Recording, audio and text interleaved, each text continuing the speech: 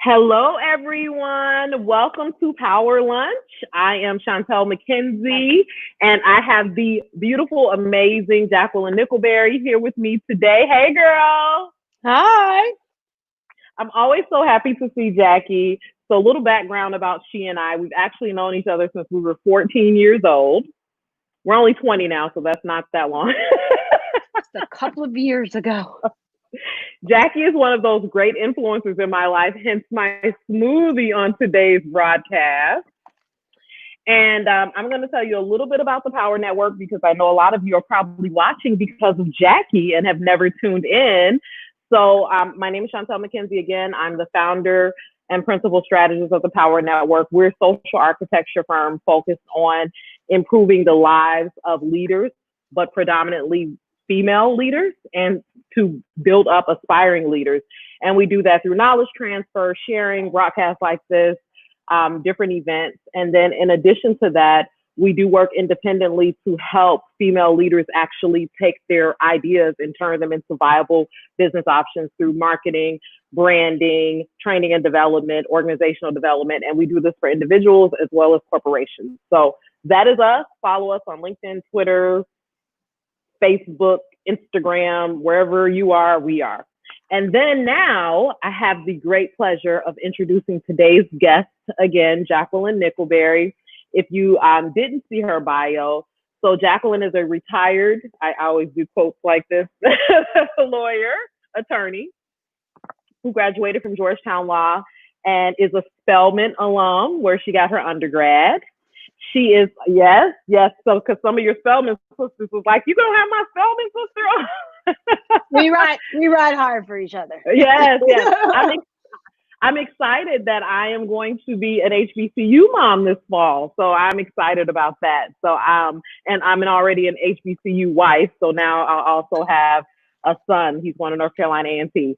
But in addition to that, Jackie is the influencer and the brains behind Jackie Unfiltered, which is a lifestyle website and YouTube channel where she curates information on fashion, fitness, food, and also her philanthropic work that she does so well. And so I'm going to let you take it from there and just explain a little bit about what you did at the Apollo Theater, as well as what you're doing at Harlem School of the Arts.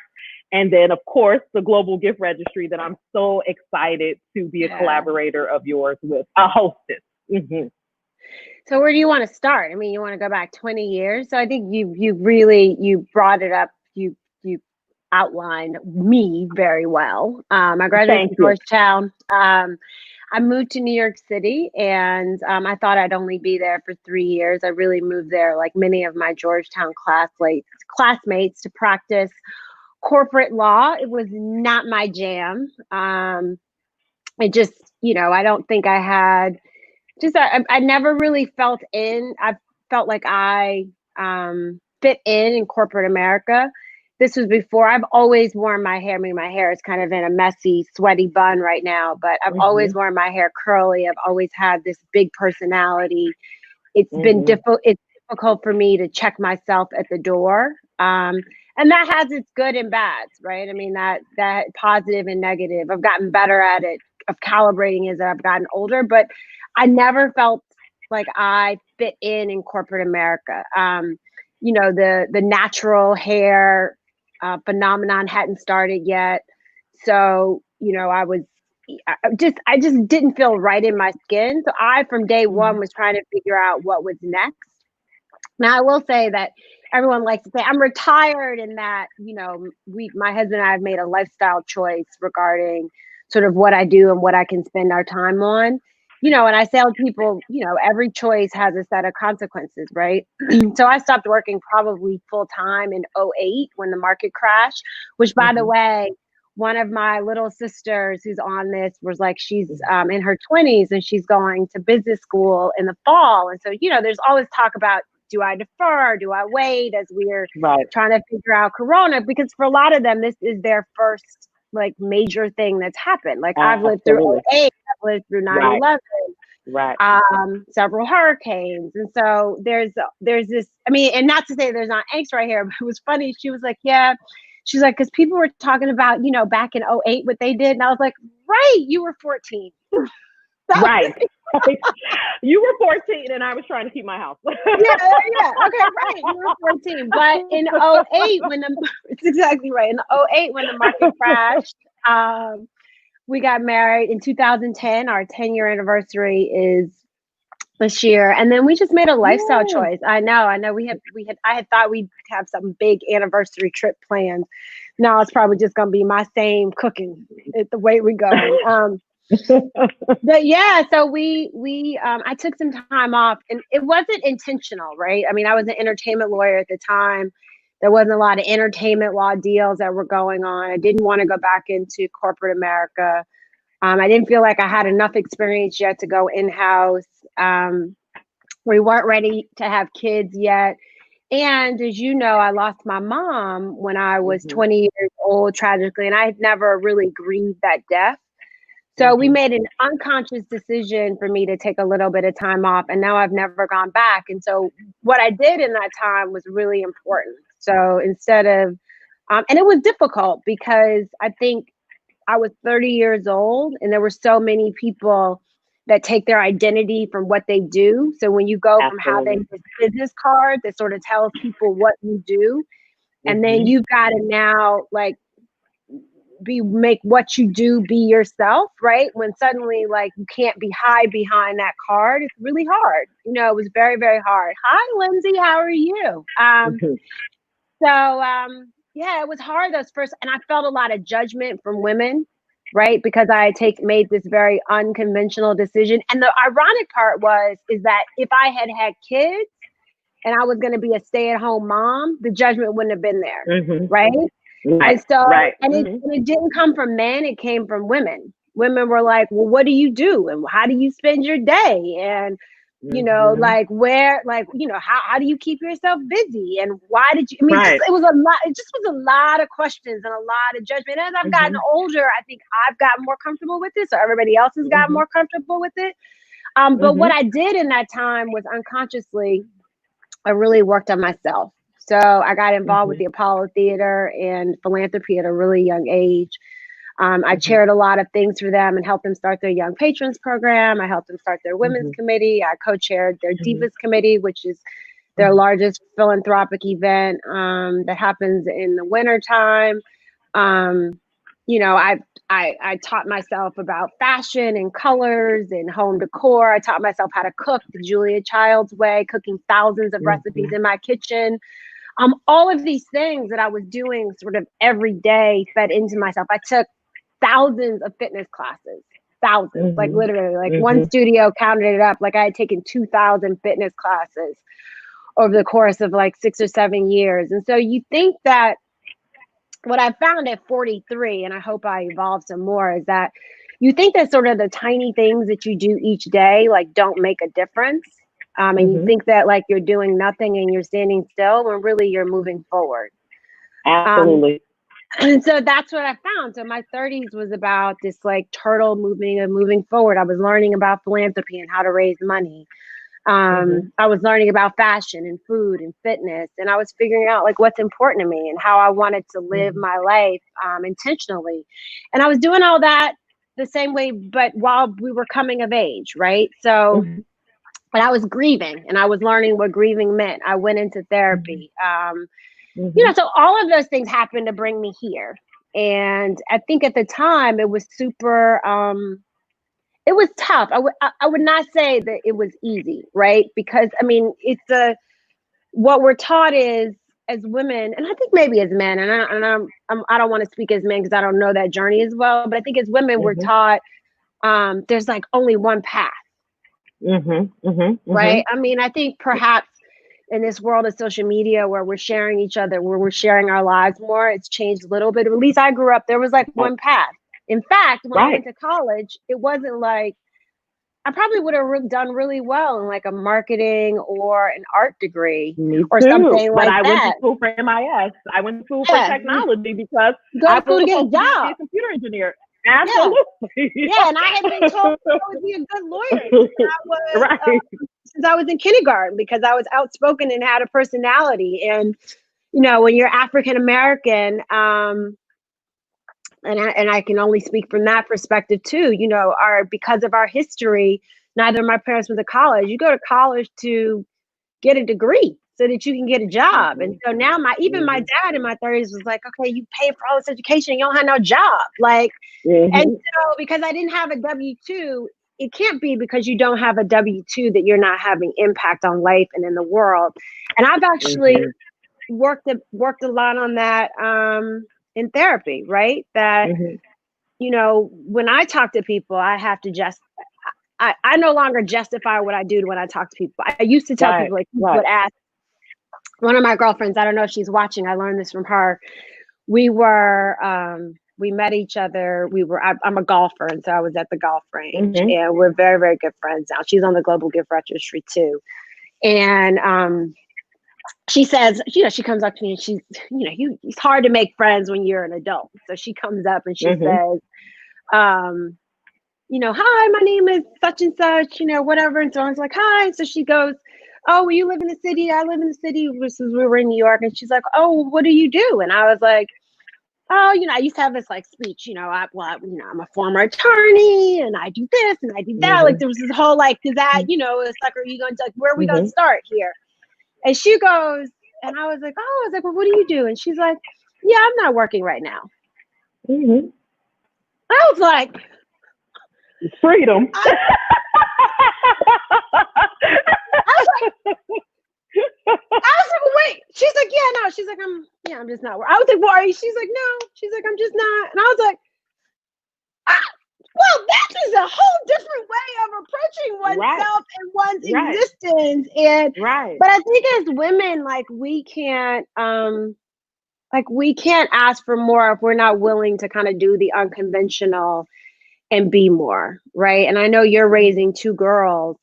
And the option should be like with all the education and the opportunity and the resources and the privilege, the option should be to do more.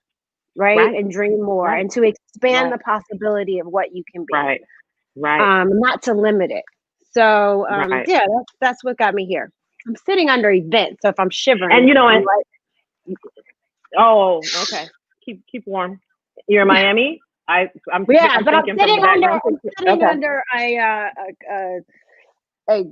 go ahead. Okay. So a couple of things resonated with me with what you said. First of all, that we are, I think of our generation as this bridge. We're the last ones that remember cell phone, no cell phone, internet, no internet. You talked about, the crash. And so when I think of my mentees, my little sisters, the people that are coming behind me and their expectations of things and the opportunities for them to just go out and be them. I'm proud and I encourage that. And I encourage that with my daughters. I mean, my daughter did my makeup last night. I saw that. Because she has skill. My 7-year-old. She was not playing.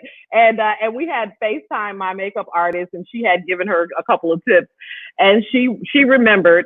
And then even, my 11-year-old is talking about what the PowHER Network will look like when she inherits it. And my oldest son is a musician. And, he went away to college and I had this idea for him. But at the end of the day, that is his passion. He works hard. He takes care of himself. He pays his own bills and he is following his dream. Yeah. And I have to fight that Black mother thing that wants to say, but what if, I don't want to say, but what if the dream doesn't work? But the other thing that resonated is, you're a girl from the South Side of Chicago, like myself. Of course, Michelle Obama's Becoming documentary just came out. And as I was watching it, I was thinking about you, my friend. And, I've read the book as well, which really dives more into this moment she had of coming to Jesus about who she was going to be, especially when Barack Obama came into her life and how she didn't just want to be an appendage to him. So when I call you a retired attorney, I say it with pride because I'm so proud of you that you have decided to take your education and your experience and do something around. I think of you now, there's been another evolution of you as this advocate. I mean, as I was I'm like, she's an advocate, she's an activist. Like there's like this bigger thing that I see you moving into that I absolutely love. Yeah. I mean, I think what we should be teaching young people is how do you leave the world better than how you found it? Right. Right. I Right. agree. And so what does that look like? And Mhm. and how do you put that together? And there's a variety of ways that you can get Mhm. there. And so yeah, I've gotten really passionate about issues that impact women. I've gotten Right. passionate about, health and wellness long Mhm. before we had comorbidities that were Right. killing us, and Right. and diseases that we don't have to get that are killing Mhm. us. And I'm Mhm. and I'm and I'm I'm super passionate about this idea that we can take control of our own health. Mhm. I don't like gimmicks Mhm. about health and wellness, right? Mhm. Like this idea of like starving yourself for 18 hours a day and like, Mhm. limiting your window of eating and working out. Like I'm just like, that's not a sustainable, for me, a Mhm. Mhm. sustainable lifetime of health, right? And I don't Yeah. think that's something you should be teaching your girls, right? Right. I think what you should be teaching people is how do you make healthy choices, meal to meal, day over day. And again, it's like, again, those tiny steps, right? How do Mhm. you get enough sleep at night? How do you stay Mhm. active and think about your Mhm. movement and balance your day? How do you honor Mhm. like how you feel?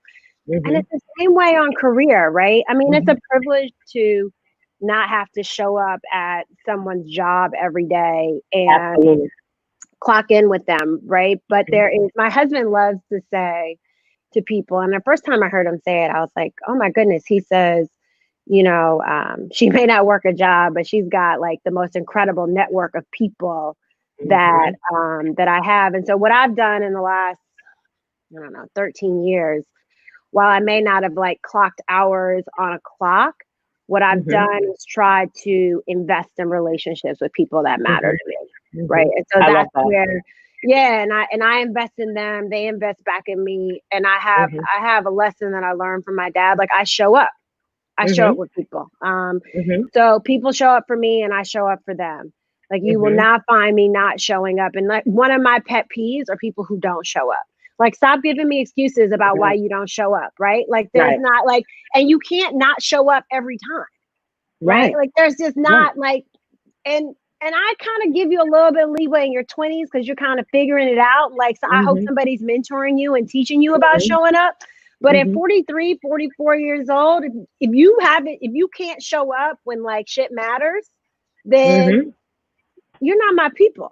Like Right. that's really it. You're not my people. And that's also been like really critical for me in my growth. I'm real clear about who's my people and who's not my people. Mhm. And Mhm. I'm okay with defining those lines. And I think that they can shift. I think as Mhm. women, like we hold on to things for so long and we hold on to people and places and clothing that doesn't fit anymore, then hairstyles that doesn't suit your bone structure and people that like don't suit your life because Mhm. we have like we walk around with like all this guilt about what it is that we think we're going to be. Well, just call it what it is, right? And Mhm. so I am very clear about who I want in my inner circle.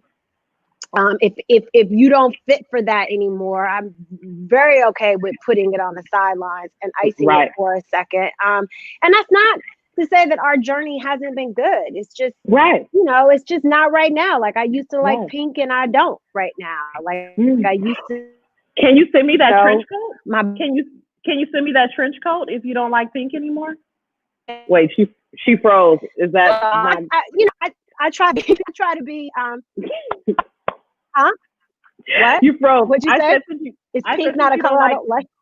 I said if you don't like it anymore, can you send me that trench coat? The one that I always go. Oh no, yeah, no, I like that coat. It's a certain shade of pink that I'm not. It's a certain shade of pink that I'm not messing with no more. You like you see I jumped right on that.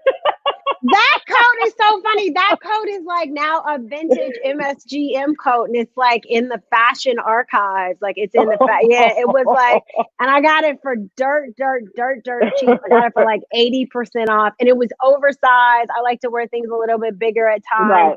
Right. and push. And so everybody in the store, which the store is now closed, was like, "Oh, it's too big," and I was like, "Yeah, I don't know what y'all talking Right. about. This Right. coat Right. is great." Mm-hmm. But Uh-oh, you froze on you us, Jack. know, Okay, you're back. Mm-hmm. for me, I haven't clocked a Okay, well, I haven't clocked a job. What I have is I've developed relationships and I've invested in people and I've invested in things that, I really care about and resonate with me. I have a clear sense of like who I am and where I want to go.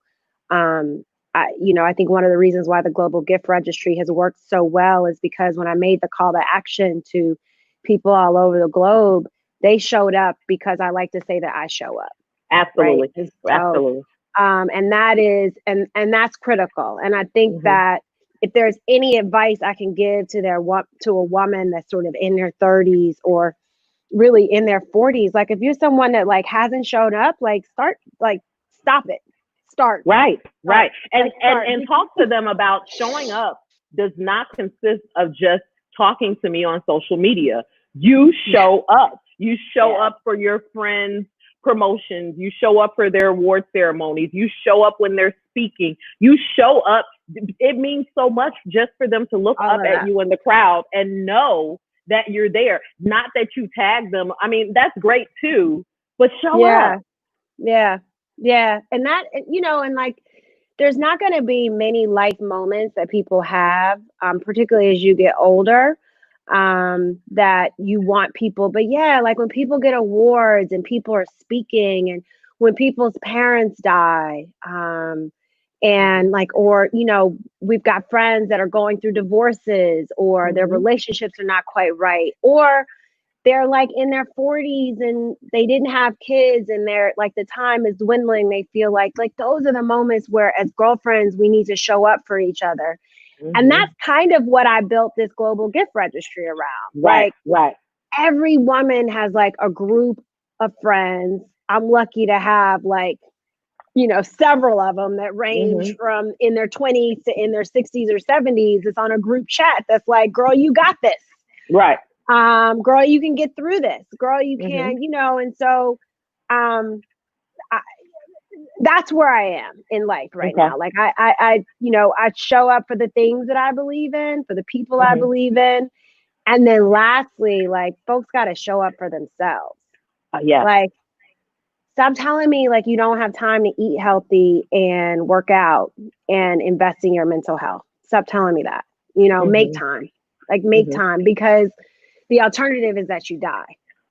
And so for the woman watching this right now who's thinking, well, you have, because there's this double standard of you have more time than me, and it's not that, because we all have the same amount of hours in the day. But someone like me can use the excuse of running the business, having the kids, having the husband, and that and this is something that I've struggled with, is the self-care. So talk to her, and when you say you got to make time, I think we just need to dig a little deeper, because depending on where her mental health is, and still Mental Health Awareness Month, she may think like, no, there's no way. I don't have time. I don't have the money. I don't have and you always show these workouts that you need nothing to do. So I love that. So one of the things that you can do is, and that's a great question. One of the things you can do is you got to schedule it. And Sisters in Crime, that's the 20-year-olds. 20-year-old. She was the one that was 14 in 08. I was like, I almost went and had to go make a cocktail. But no. So like one of the things, first of all, you got to schedule it. And I think a couple of things are happening. There's like this trend on like social media of people who work out who tell you they're working out like 2 hours a day or an hour and a half or like an hour. Like I work out probably more than anybody I know. It is impossible to intensely work out an hour a day, 7 days a week. Just your body can't take that type of, and live a life, right? Your body can't take that kind of beat. But what you can do is, everybody here can find 30 minutes to schedule. 30 minutes. That's really all it takes. 30 minutes to schedule of your time. I don't know. You talked about Michelle Obama. Michelle Obama noticed that, Barack was like, she was taking care of 2 kids. Right. And he Like, he would wake up and go to the gym. Right. He was like, why are you going to the gym? And I'm at home. Same with my husband. Right. And so I think you've just got to decide like where it's got to fit into your lifestyle. So I will give you an example. So when I worked 12 hours a day at the law firm and I lived in a 1-bedroom apartment in New York City, I had a treadmill in the middle of my living room. And everybody would be like, the so ugly joined the gym, and I was like,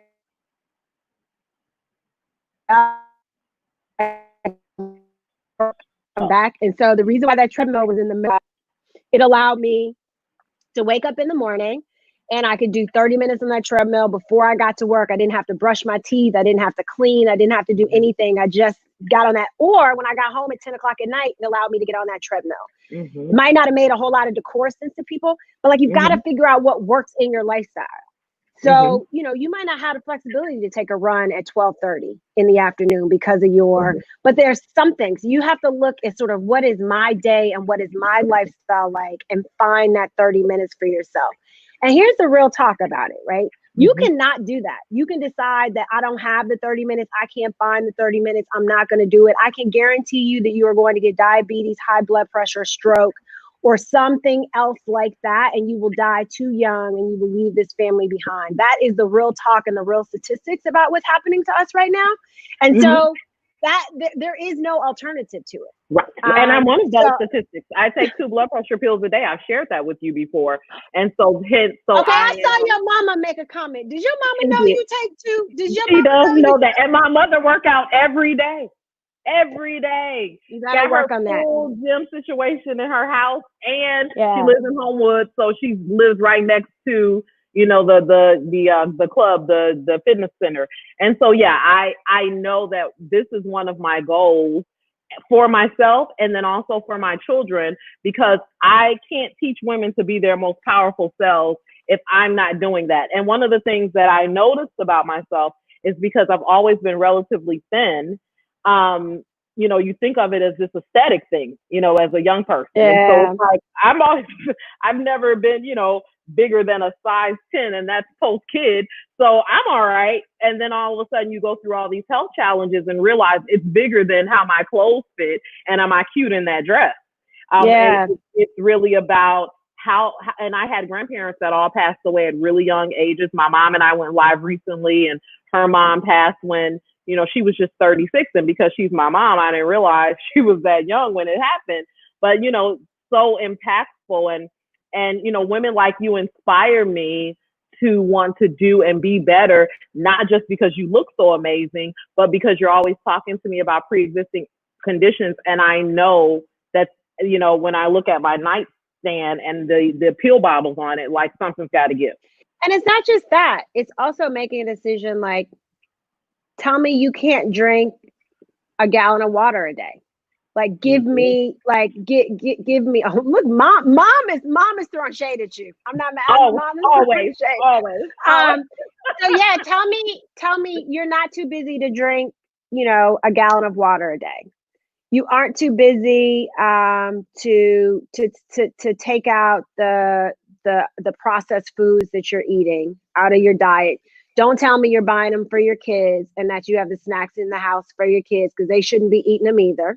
Like, if we're going to real talk, right? Like, go, So like, that's what a lot of moms will tell me. Oh, well, the snacks are for the kids. But but you're the one eating the snacks at 11:30 at night. Right. So that's like, you got to remove those. And like, I believe in like a fruit bowl on, and I had that because of you. Bring me the fruit bowl. Bring me the fruit bowl. Look, I have the children. Bring me the fruit bowl. It's sitting right on the counter. Bring me the fruit bowl. We got proof. And then we've got a whole freezer. You got avocados. Really good. That's really so. I mean, I think part of it is because here's what's super important. In the same way that we talked about creating an environment where your daughters have more options, you need to create an environment where your kids have a good relationship with their health. And that means a good relationship with the food that they eat, with the movement that they decide to partake in, that they decide to stay active. You're their first role model for a woman. Right. So if you are telling them, I am not important enough to invest 30 minutes of exercise in myself and to eat healthy food, and I'm not like, that's what you're teaching them. And so then what's the point of it all? Right. I mean, part of it is you got to like break the cycle of that. And so, 30 minutes a day. And let's be clear, if 30 minutes seems really hard, 15 minutes, 10 minutes, like start somewhere. I always tell people start. Like, nobody starts off running 26 miles in a marathon. They start off, they walk a block, they walk 2 blocks, then they walk 3 blocks and they run a block. Like that is, you know, that's how you run a marathon, and that's how you run through life. Like what annoys me more than anything is this idea of like these like fad diets, you know, used to be Atkins. Now it's keto. I've got another group of friends who are intermittent fasting, which I've talked to doctors about, which is really just starving yourself for, you know, a piece of the day, and like you're restricting your calories, which is fine, right? If you're gonna do that for the rest of your life. If you're doing that for some quick fix at this point to like lose weight or to look good for some event, I'm not with that. That's not where we are in life right now. At 40 some years old, and I know there's like some younger people or some older people here, you need to be making decisions for the long term of health. And so, you know, small things have a huge impact. So instead of making white rice, make brown rice. I bought quinoa because of you. Instead of making white rice, make quinoa.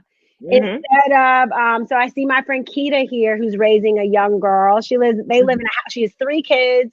She's a young girl, and we've talked about this, that the decision she makes about her health, her daughter is watching and she knows it. She's also one of the Spellman sisters. But there's you know, so small things like that, deciding that, you know, you're only going to have snacks in the house when you want to eat them. So like, I love chips. I love a crunchy chip. So when I get a decision, I want a chip, I go out and I buy a bag of chips and I eat them. But there's not chips in the house all the time, right? Or else I would eat the chips all the time.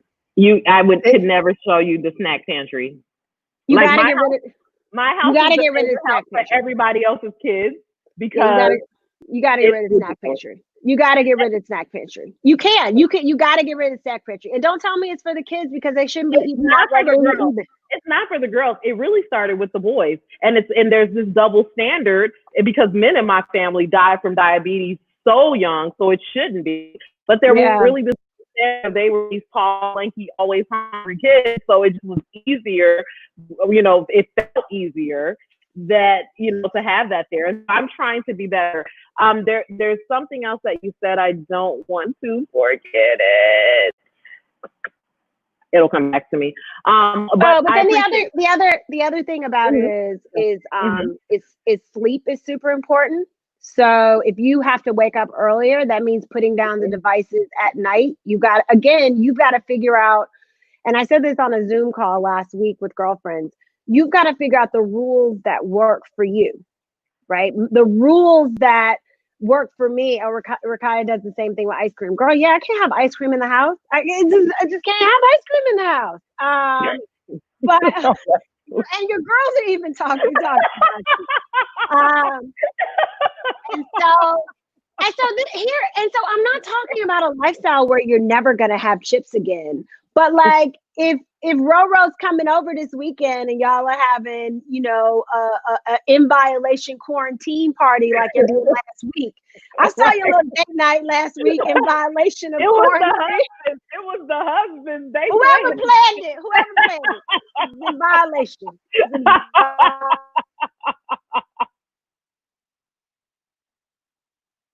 In violation. Downtown.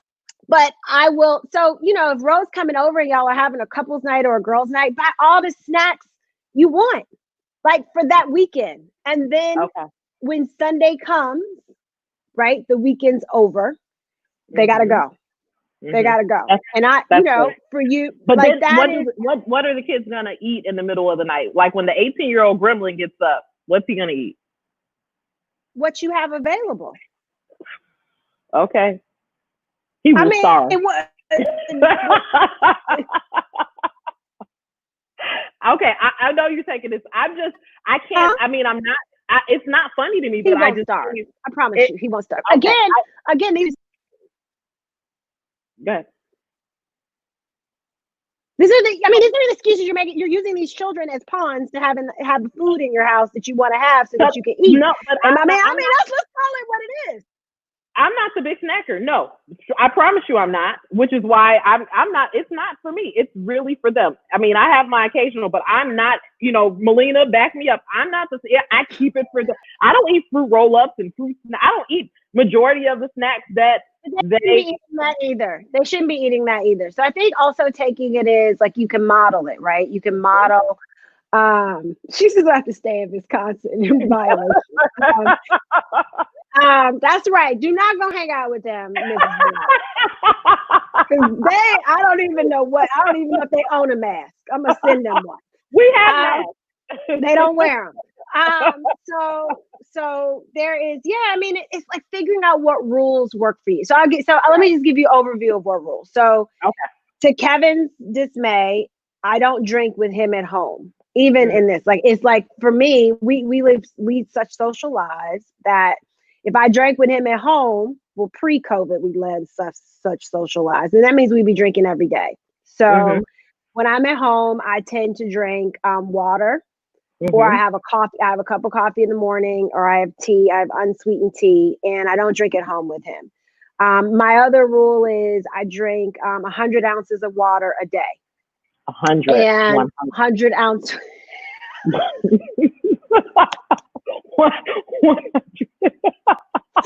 drink 100 ounces of water a day, and I work out 5 days a week. I try to make those. 3 of those are super intense. 2 of them I can kind of like dial it back a little bit, and I need, and at this point I've put so much mileage on my body, I need those 2 days to kind of drip back on it. I try to get anywhere from 6 to 8 hours of sleep a night. So if that means I've got to go to bed earlier because I'm waking up earlier the next day, or I'm very conscious of sort of sleep. Whenever I talk to somebody who's like, I function on 4 hours of sleep a night, I'm like, well, that's wonderful. But people, like, our bodies need sleep, and the older we get, you get more sleep. And then finally, the last part about it is mental health. And I know that, like, it's Mental Health Month. I have been seeing a therapist off and on since my mother choked to death when she was 20, when I was 20 and she was 49. And that traumatic experience caused me to have a little bit of anxiety that I experience in certain episodes. It can cause me to have, sometimes narcissistic tendencies because I'm looking for the validation from my parents that, I don't have because there's not living. So I, try to keep that in check. It can cause me to be sad and a little bit depressed at times. Like, so I just, I have a therapist, I check in, I deal with that. I deal with those feelings. And as mental health, that's another way of showing up for yourself. So a lot of people think of, like, when you say health and wellness, and they're just talking about, you said, like, the outside of your body. Well, really, it's the whole thing. It's from your toes to your brain and everything that happens inside of you. And you can't be a good friend, a good mother, a good daughter, a good wife, a good spouse if you're not good with yourself. Like, nobody can bring you that. And so, I've tried to deal with my grief, which is a constant. I describe grief, at least my form of grief, as being like a scab that kind of scabs over. It gets pulled off from time to time, but my mental health is something that I'm constantly checking in with myself about, and with my therapist. And I think that particularly for women, we put a lot of, and this goes back to where we started, we put a lot of responsibility on ourselves. And then we place a lot of those burdens on other people. So, like, we're putting it back, we're putting it out there, and we're like bringing it back, and then we're receiving all of that. And so we're constantly not living up to these very kind of false ideas of what success is and like what womanhood is.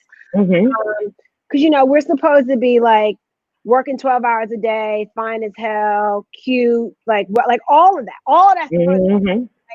I'm tired for all of those people. And so the mental health check-in is super important. And like, I know so many people that just are like sweeping it under the rug and was like, I'll get to it.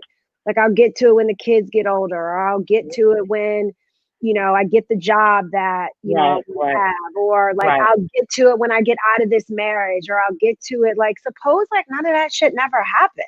Right. And in the meantime, you're depressed. You're walking around. You're depressed and you're not making, and you're living and you're not making any steps forward, and you're making all of these bad decisions about your health because you're not moving forward. So you're making bad decisions about food. You're making bad decisions about movement. You're not sleeping at night because you're depressed and you're not like dealing with your shit. And so like in the idea of like showing up, like deal with your shit, like deal with it.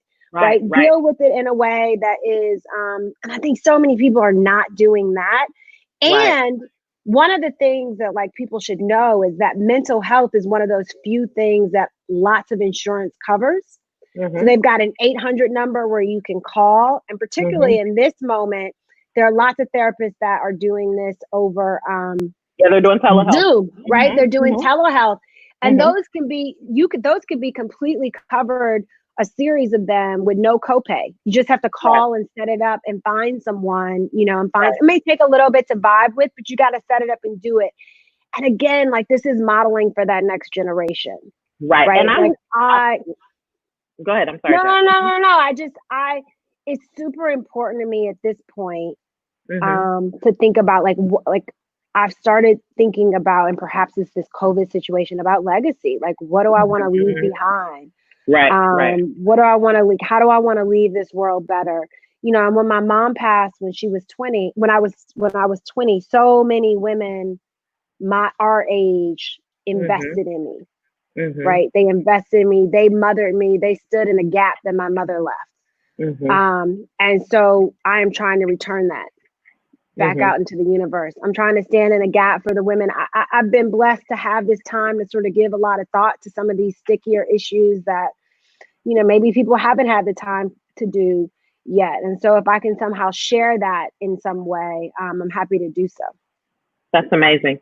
So we've got about 18 minutes left, and I want to shift to your latest initiative that I have the honor of being one of the hostesses, one of the global hostesses for. Look how excited she gets. So I'm like the most exciting thing I've done. Go ahead. That says a lot. And so I want you to start from the beginning of what inspired this and bring us up to date, because I want as many people involved as possible.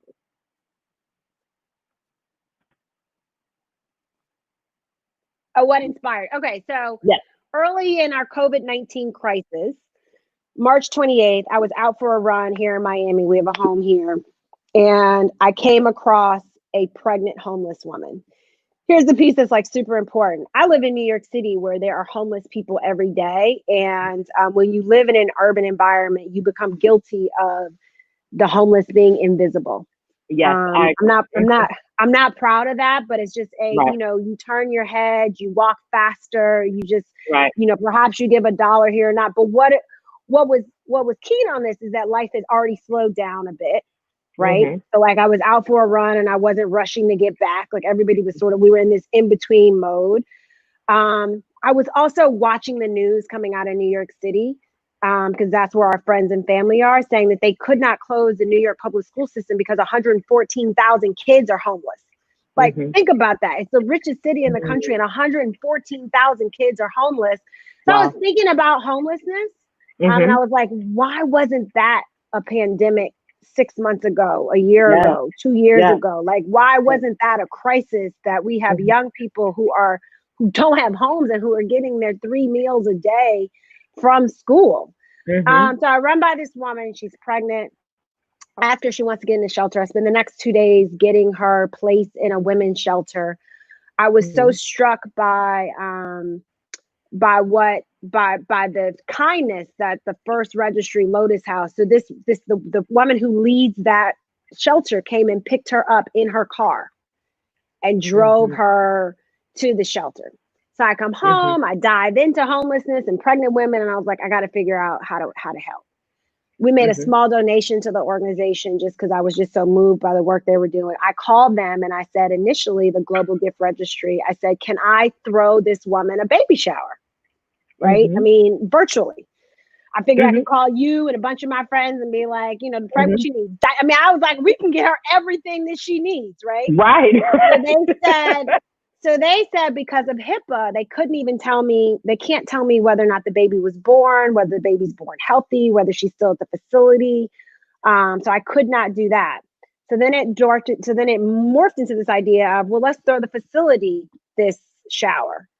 And literally I reached out to friends via text message and emails and said, will you join me in this? And kind of this, and the Miami Herald wrote a beautiful article about it. They called it a baby shower gone large, which I think that's it. And so we have people from Amsterdam and Berlin and all over the country who kind of got together, and we just like a baby shower. And so you buy something, you tell 10 of your friends, or an old recipe exchange, or an old sort of telephone network. I mean, it's just a lot. It speaks to womanhood in so many different ways, right? In the history of womanhood and how we've evolved.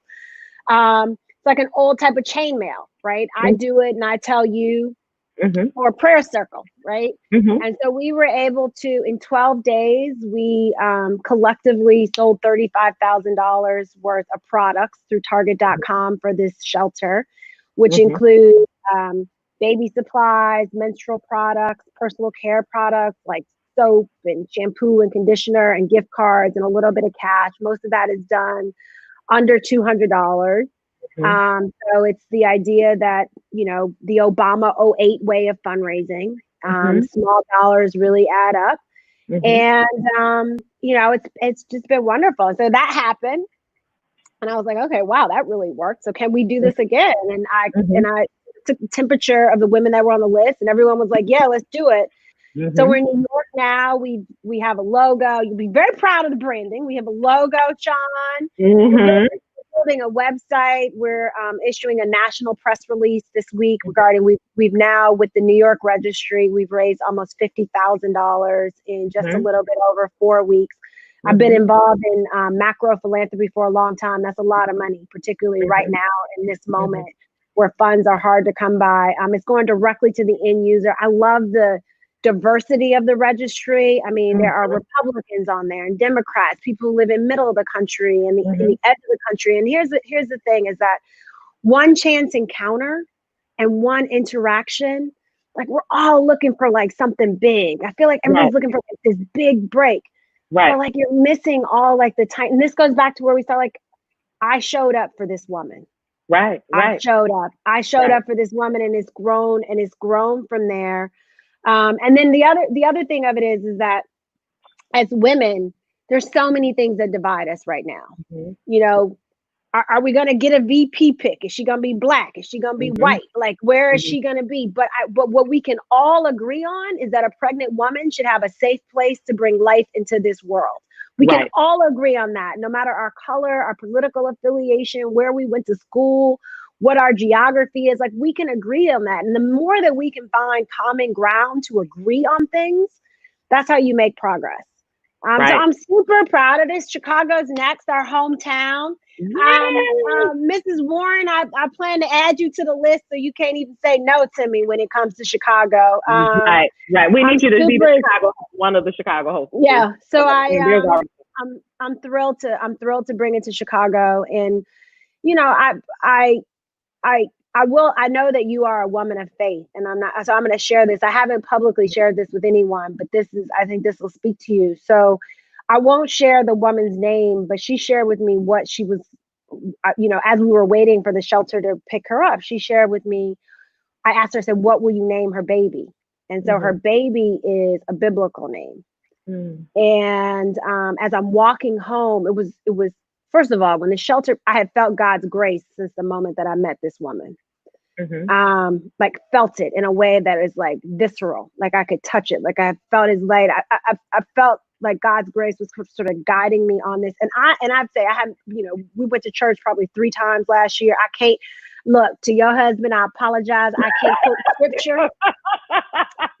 I like to think I'm spiritual and I do the right thing, but I would not say that, let's leave it there. Let's leave it there. West. But there it is. Yes, but I have a definite, relationship. And so when I knew that she was going to not sleep on a concrete bench again, I felt a sense of peace that I can't even describe. And so I knew, so she gave her baby a biblical name. So I'm now walking back home, and my husband was texting me like how to go. And he was talking to his mom, who is like you, and she chaired deacon board, she's like y'all, she can quote scripture. So, and she sends me a text telling me she was proud of me and how great. And she quotes scripture of the biblical name that she had given her. Nobody even knows it, of the biblical name of which this she is naming this baby. Like it within 5 minutes of her telling me. Then fast forward to the day that I went to take the Miami Herald. The baby, is it Nehemiah? No, it ain't Nehemiah. Okay. I ain't never even heard of Nehemiah. See, this is what Nehemiah's mama gave him back to the Lord, so I thought maybe that was it. Okay, go ahead. My prophetic spirit. Close, but it's close. I shall share with you offline. But there is, and so then about 2 weeks later, the day that the Miami Herald called me and said, we want to run the story. Can you come take some press photos outside of the shelter? That was a really tough day for me because I wanted to share that with my parents. I felt like I had done something, right? And I felt like I had done something really good that they would be proud of me of. And so it was tough. Like even at 43, I still want the validation of my mom and dad. And so I wanted to hear, there are days where I desperately want to hear the sound of my parents' voice. And there's nothing that replaces that person telling you that they're proud of you. And so I felt that day. One of my girlfriends in New York, who was on the registry, she sends me a text message. She was like, this is on my heart. She's like, I can't even tell you the last time I went to church. And girl quotes scripture from the same biblical name. Yeah. So he does things in threes. Yeah. And I share that story to say that, everyone's been so kind about the registry and what's happening, but I really feel like I'm being led from a higher purpose, and that, I'm doing what needs to be done. I mean, you've got women who don't have enough diapers to put on their baby. That there are girls who don't have, I've gotten really passionate about menstrual supplies. My husband was like, are we gonna always talk about tampons now? Like, are we gonna always?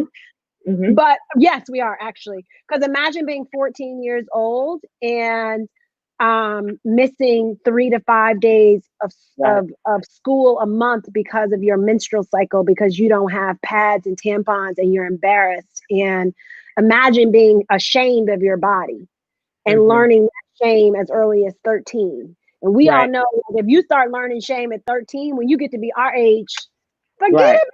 Like, you need a whole boatload of therapy to get rid of that shame. So there is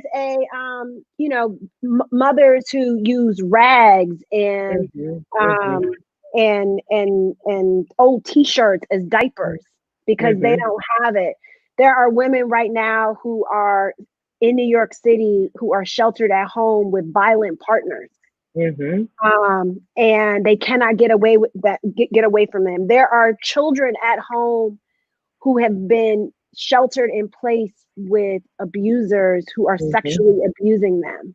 There are children who don't have pens and papers. There are parents who are losing their jobs and don't know how they're going to get back to school supplies for their kids. Like, I know wonderful women, and we have resources, and we can all spend $20, $30, $50 to help out our sister. And this goes back to where we started. We're all on some text chain where it's like, sister, go, you got this, you got this. And so what I want to say is the Global Gift Registry is our global scream to women. You got this and we got you.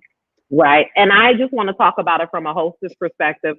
When Jack reached out to me and asked would I be a hostess, and I'm the only Wisconsin hostess, and there's some amazing women here. I'd love for you to join me. It was a no-brainer, first of all. And and her request is, as the hostess, that you buy one thing off the registry, which, you know, it's on target.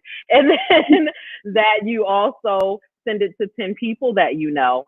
And it was so simple because in my email, in my chain letter that I sent, I put shop at Target with me for a cost. And then I started with, who doesn't like to shop at Target? Yeah. And so immediately women were like, done, done, done. Because what you did is, when you curated this list, you did such a phenomenal job that you can buy a jar of peanut butter, you can buy a pack of tampons, you can buy chips, you can buy granola bars. I bought a stroller, you know, and it wasn't like some super expensive stroller. Yeah. And so, but it was still, I can't imagine being a mom without a stroller. You can buy gift cards, diapers, like, just imagine being a woman. I sent Jack a flyer that I found just this weekend from an initiative called Break the Cycle. And it was this whole thing about period poverty, because I know all of the studying, and Jackie has been Jackie since we were kids. Super focused, super tenacious. If she's doing it, if she was born a leader, whereas there's always this conversation about, are leaders born or made? So I just want to implore everyone watching this, when we share about the Global Gift Registry, or if I email you, so please. Well, actually, it's www.globalgiftregistry.org. So Yes. if you bought something, if you could go on right now and, you know, buy one more thing, or send it to 10 other girlfriends, that would be super helpful. Because every gift matters. Yes. Sean, what you said regarding, and it goes straight to the shelters. Straight to the I'm sorry, you shelters. froze on. No. Yeah. It goes straight to the shelters. And yesterday I saw Jackie posted, Anthony Hamilton gave us a shout out. And thank you and the women, you know, that supported you. And the Miami Herald did the write up on it. And I have no doubt, I'm thinking that Black Girls Rock, you know, is going to be like tapping Jacqueline Nickelberry for her philanthropic social activism. I mean, I'll be right. You know, Black Girl Rock is produced by one of my closest friends. She gonna be like, that was you planted that. I didn't know nothing. I don't know that. Yeah, no, and I want to talk too about, and I know we've got to go soon, about this idea of like all in it together. I've been involved in philanthropy for 13 years now. We talked about being involved with the Apollo when I was 30, and one of the things that has sort of given me a little bit of a gut check in the last like year or so is that philanthropy has become so exclusive that you got to be able to write a check to be in the room. Right. And it's not a small check, it's a large check. And so there was something about that was like eating at me. Even as I like look at, you know, I chair development for Harlem School of the Arts, even as we look at sort of 7-figure budgets, how we're going to make this 7-figure budget in this new world that we live in. There's something about me, like, how do I create a space for people who are younger than me, for people who don't necessarily have the resources? And so now see, Corona, now she going to be mad. Now see, it's my fault. It's my fault. I had no idea. So I had been thinking about, and in fact, I had been making small steps. So I chair a gala in the fall that we raise about $1.2 million. And this year we had hoped to raise 1.5 million, but COVID. So I had, so Chelsea, who's on here before, I wanted to make sure we had young people in the room. So I reduced the ticket prices so that young people could be in the room and at a table. That is always critical to me. Like, how do you put people at our table? Because they can't learn if they're outside the room. They can't make relationships and networks. And so what I love about the Global Gift Registry is that there are people on there who are like 22 years old, with people who are on there who are 65 years old and 70 years old, and who are, you know, there are multimillionaires on there, with people who are just starting out. And nobody's gift is more important than the other. Absolutely. So whether you buy a box of macaroni for $1.15 or you buy 10 strollers, we're like all in it together. It's one big pie. It goes to, and like the other great thing about this is that they are literally, you order today on Target.com, the box arrives in 2 days. in 48 hours, and it is on the ground within a day after that. So tampons are in the hands of women. Baby toys are in the hands of babies.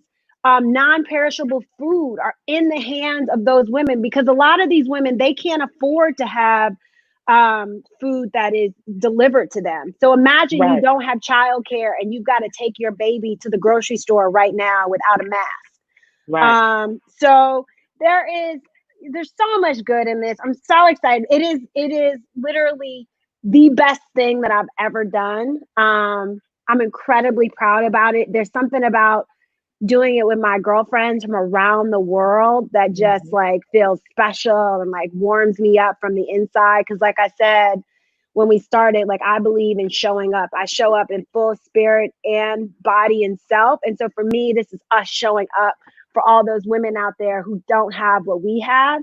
And so if we can, if any of that passes down to young women, then it's a success. Well, I think that what you've done is innovative. I think that you did exactly what you endeavored to do, which was to make it accessible, because I too get frustrated. You know, I spoke about this yesterday, that of course there's privilege, there's white privilege, but then there are some of us within the African-American community that have privilege and, you know, and more privilege than, and have a little more than some others. And so then it's incumbent upon us to have shoulders strong enough for others to stand on. And you're right. I mean, I have a aunt that owns 8 Burger Kings in Houston, and she contributed to the registry. I've got friends that are single moms and have multiple kids and are on limited incomes, and they contributed to the registry. And so I love the fact that everyone can feel like they took part in this. And now this is going from city to city. And for those who feel like, I wish I could just do something, buy a jar of peanut butter. You can do something. Buy a box of tampons or sanitary napkins. Buy a pacifier. Every little bit helps. And I tell you that I'm just honored that you asked me, and I'm honored to be a part of it. You're a Wisconsin piece of it. Before you go, I will say to people that even if you can't buy a jar of peanut butter, if you can send it to 10 people, and ask them to do it, right? That's it. And that's it too, because what it also is doing is raising this issue about homelessness and a woman being pregnant. There are tons of pregnant women right now that are sleeping on our streets across this country. And so even if you can like share a post or send a text or like a post or, you know, make a comment, like all of those things move the needle, because this goes back to what I started, you know, when I stopped working and I thought that, you know, I wasn't moving the needle on my life because I didn't have a W-2, I was. And so every time there's a like, a reshare, a small somebody's talking about it, we're moving the needle. We're moving the needle. And so the next time you walk past a homeless person, they won't be invisible to you. Because somebody mothered them. And somebody bothered them. Like somebody loved them at some point, like something got them there. So I thank you for being involved. Thank you for having me. This was great. Yes, thank you. And the last thing I'll say is, even here in Milwaukee, because there's a lot of Milwaukee people walking, the shelters here are only accepting 50% capacity right now, because a majority of them, I live downtown near the largest male shelter, which is next to the courthouse. And a majority of the workers, as well as the leadership team, actually contracted COVID, and one actually passed away. So as a result of that, they're only allowing 50% of their beds to be filled at any given time. And so when we moved into this neighborhood a couple of weeks ago, I said to my 11-year-old, you know, you're going to have to be more mindful of surroundings. It's different than living in a subdivision, because, you know, there's all types of people. So immediately she thought I was having a race conversation with her. She's like, you mean like black, white, Hispanic, Asian? And I'm like, no, like homeless. And I said this to her because the homeless are not, that we have a tent city, you know, here, similar to what you would see in DC, and it's not to that extreme. And especially with the DNC coming, they've been moving them. I don't know where they are. And so, you know, we live near some of those thoroughfares, living downtown and living near the newest NBA stadium in the country. And it's sad, but it's also real. Someone, like day 2 of us living here, someone bust out my windows, went ravaging through the car. There was nothing in it. I didn't park underground in the garage. and they didn't take anything. And I said, this was someone hungry. This was someone looking for something of street value, and saw Lexus parked outside and was like, they're obviously new, and went for it. But, I explained to my kids, like, hunger is a huge catalyst for crime. And so people have to understand the humanity in what's happening with people, that everyone is not out here being on purpose degenerate or a menace to society. Some are just trying to eat. And so we need to be mindful of that. I know there's a lot of people. I feel like if you're watching here, then I can say this: you got to put your privilege in perspective. Right. I say that all the time to people. Put your privilege in perspective. I think that we're all going through something right now, but the fact that, like, I'm sitting here in my safe home talking to you, I gotta put that in perspective. And you gotta teach your kids to put their privilege in perspective. Right. And so that's what you're talking about. You're talking about intentional parenting. Right. And so, and that doesn't just happen. Like, empathy doesn't just happen. You don't you're not like born with that. Right. That's got to be taught and nurtured and matured. And the thought that, like, there's a woman right now who is somehow, like, has lost the dignity to be able to control the blood that naturally comes out of her body because she doesn't have its supplies. I got to check my privilege on that. Right. I got to check my privilege, because, like, we so callously be like, I'm gonna make a Target run and I run out, I go in for one thing and I come out with 100 things. Like, imagine if you have fibroids. Imagine if you have fibroids and you have like a heavy flow right now and you don't have, and, like, again, my husband is like, you keep talking about menstrual supplies, because menstrual supplies are decidedly female. Right. And like, you don't get that. And we've all been somewhere, like in a public place or somewhere in a bathroom, and our period starts, and we're like, to anybody in the restroom, suddenly race doesn't matter. I'm like, girl, do you have a tampon? Right. Imagine right now being stuck at home, worried about COVID. You are a domestic abuse survivor. You don't have a job. You don't have money. And now your period starts, and, like, you can't even have the dignity of having menstrual supplies. Like, that's what we're talking about here. I'm not a policymaker.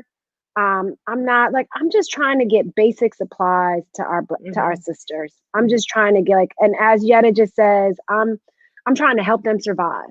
And if we can do that, I've got some big goals. I'd love to say at the end of the year, we've collected 100,000 menstrual supplies across this nation. There's some things that we want to announce, but, I'm trying to help sisters survive. And I like, if you walk away from anything with this, is put your privilege in perspective. Put your privilege in perspective, because it's really easy to kind of point figures at what he's doing or what she's doing or what happened in the park or, what's happening in DC or what somebody else is not doing. But, like, what are you doing? What are you doing? And how are you laying your privilege down in a way that makes it easier for another woman to survive? Because that's what I'm talking about. Like, I've narrowed down on this sort of, like, narrow focus. How do I help my other sisters survive in this moment? And it's, I hope to live. It's been one of the greatest gifts of my life so far. It has. It's been a gift. I love it. So please go to the website. Please share. Like Jackie said, even if you can't purchase, just sharing does a big deal. Email some people, text them. It's so simple. And then I want you to end with the quote, because I don't want to misquote it. When we first started this, you said that this was a micro. Do the macro quote that you said. Oh, so it's I think that it's the convergence of micro and macro philanthropy. So macro philanthropy is what I do sitting on the board of Harlem School of the Arts and Charity Development. I've got a 7-figure budget that my colleagues and I are responsible for. There's a systematic way that you raise funds. And so all of those macro things are happening behind the scenes for the Global Gift Registry. So as you know, as Sean will tell you, I send detailed updates to the hostesses. Like, they just don't have their names there. Like, I'm sending them detailed updates and keeping them keeping them abreast of what's happening. There is a system. We're constantly watching the numbers to see where the numbers have risen and fallen. What can we do to move those numbers along? We're figuring out partners. We've got a PR strategy. We've got a communication strategy. So all of that is happening behind the scenes in a very macro way, which is the way philanthropy, big philanthropy is run. But to the end user, it feels very micro. The end user, it feels like you're buying peanut butter for your sister in New York. Right. And that's the way I want this to feel. So for me, it is the convergence of macro and micro in a virtual world. And I think philanthropists are going to have to start thinking like this going forward, right? And we're going to have to think about how do we take this huge pie and get a little bit from here and a little bit from there, a little bit, because this idea that like big dollars are going to be flowing from people is over. I think that moment is over for a lot of places. So yeah, you know, I've been thinking about there's like a TED talk there about this micro and macro and virtual and how do you use social media and relationships, because I think relationships have become super important. So the global gift registry, one woman called me and said, you know, look, I've been with my parents in North Carolina for 2 months. She's like, which is getting a little bit old, but being involved in this as a hostess has made me feel connected to all of these different women. So the micro is also this connectivity, like all these different touch points.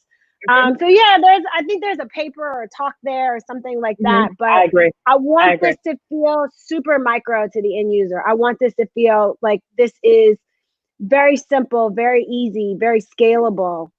Doable. I want people to feel like this can come to my city. We want to hopefully get to a point where we're running 5 or 6 registries at the same time.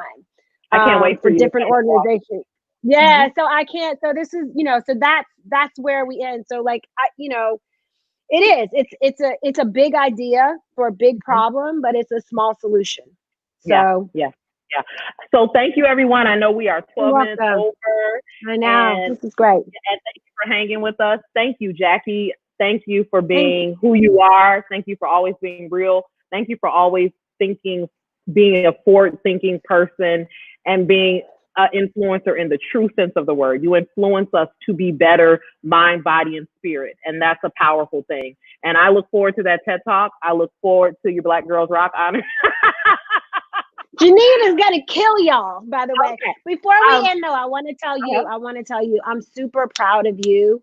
I think that the way you elevate the stories of women and the way you elevate the women around you is absolutely fantastic. And I remember when I came to Milwaukee 4 years ago and I was like sick with the flu. I was so sick and I show up, right? Like I made a commitment, I show up. And you were like, you didn't have to come. And I was like, yeah, yes, I did.